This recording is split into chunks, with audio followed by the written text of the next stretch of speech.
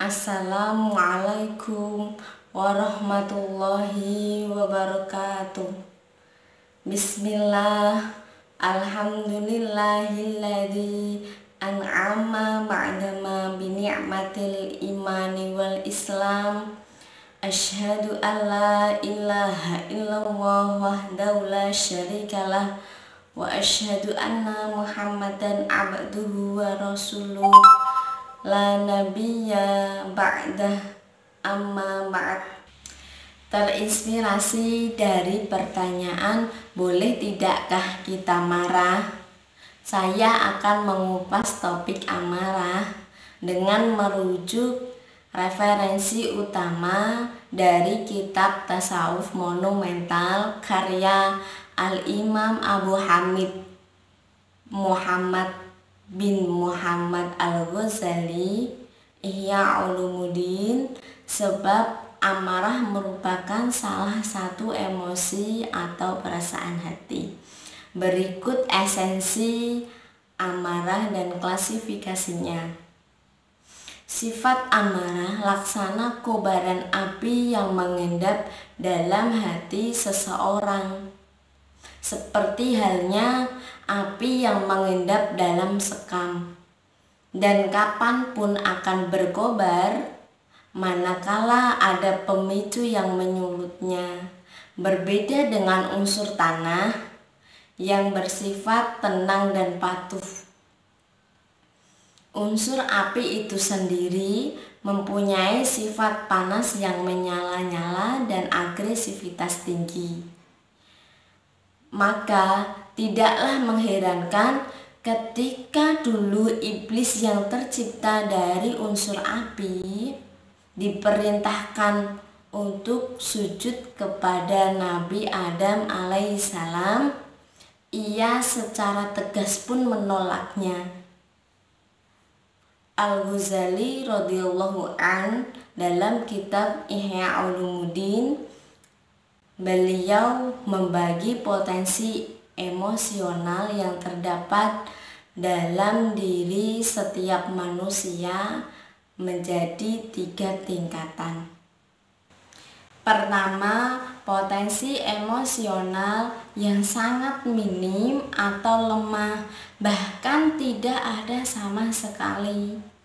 Ini tingkatan yang tercela, sebab sifat-sifat mulia dan terpuji seperti pemberani, kesatria, dan semangat yang membara untuk melakukan hal positif merupakan efek positif dari potensi emosional ini.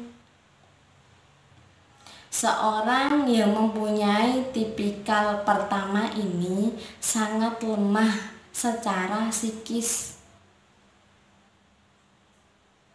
Hidupnya datar-datar saja dan cenderung bermain aman dengan menghindari konflik dan konfrontasi terhadap orang lain yang berbuat kemungkaran.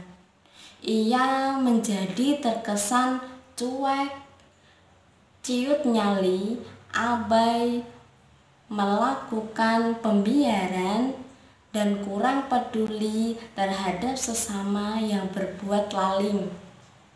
Padahal dengan kadarnya yang proporsional dan tidak melampaui batas serta norma yang ada, potensi emosional ini sangat diperlukan ketika kita dindolimi atau ketika hak-hak harga diri dan kehormatan kita diambil oleh orang lain, atau ketika kita melihat kemungkaran dan kebatilan pun.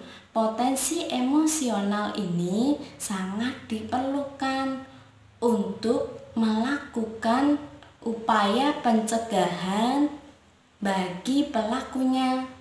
Dari sini Imam Syafi'i pernah berkata, barang siapa yang dibuat marah karena sebab-sebab yang hak, tetapi ia tidak tidak marah, maka ia tak ubahnya seperti seekor keledai.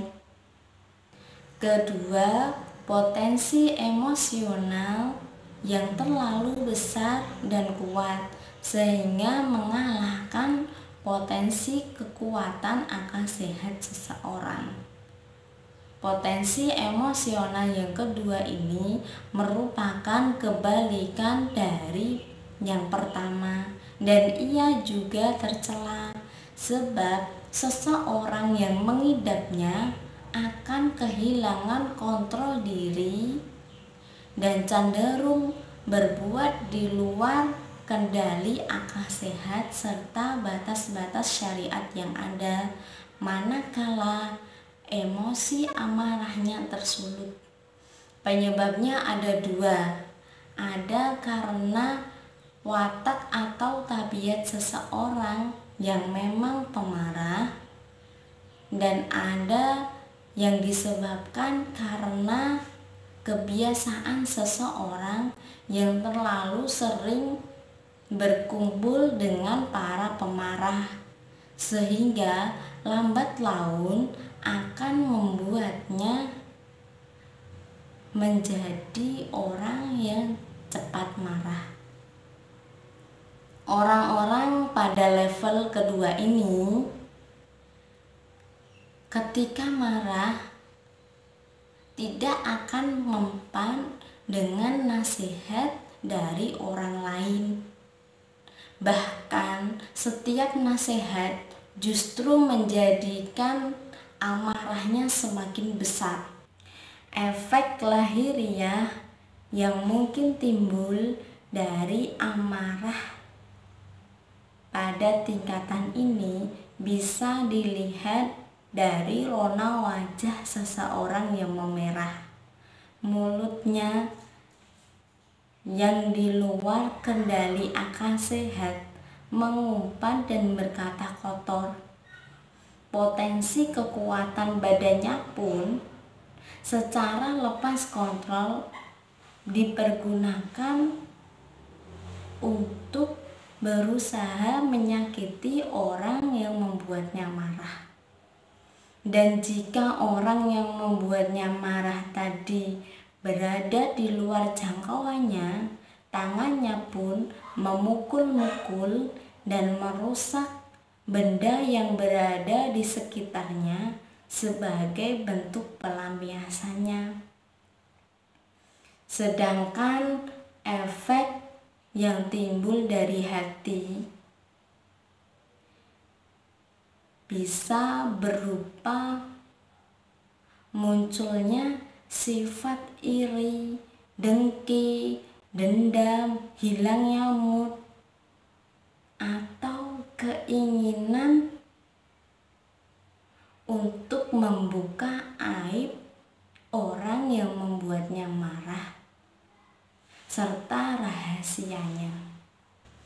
Ketiga, potensi emosional yang terpuji yaitu sikap amarah yang tidak melampaui batas dan masih di bawah kontrol serta kendali akal sehat. Ini adalah sikap marah yang moderat dan berada di tengah-tengah antara potensi emosional yang pertama dan kedua. Sikap marah pada level ini seperti memiliki tombol on dan off. Ia muncul ketika hak-hak, harga diri, kehormatannya, kehormatan keluarganya, apalagi kehormatan agamanya dilecehkan dan kemudian dilampiaskan dengan cara-cara serta pendekatan yang tetap bermartabat dan tidak melanggar syariat. Tapi ia juga dengan mudah dipadamkan manakala dirasa bahwa kesabaran atau memaafkan lebih ideal daripada marah-marah tak jelas. Dan tatkala dirasa bahwa kemarahannya tak cukup ampuh untuk menyelesaikan persoalan, sikap marah inilah yang termasuk isyarat sebuah hadis Nabi Shallallahu Alaihi Wasallam yang menyebutkan sebaik-baik perkara adalah yang moderat. Alhasil, mari kita bermuhasabah dan metani diri kita masing-masing.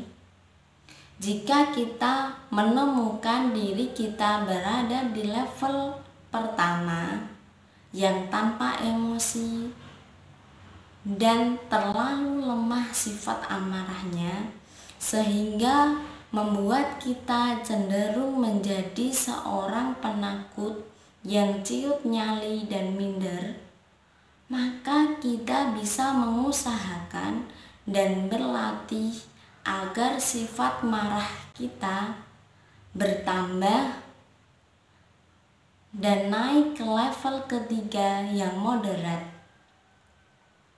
Dan jika kita menemukan diri kita berada di level yang kedua,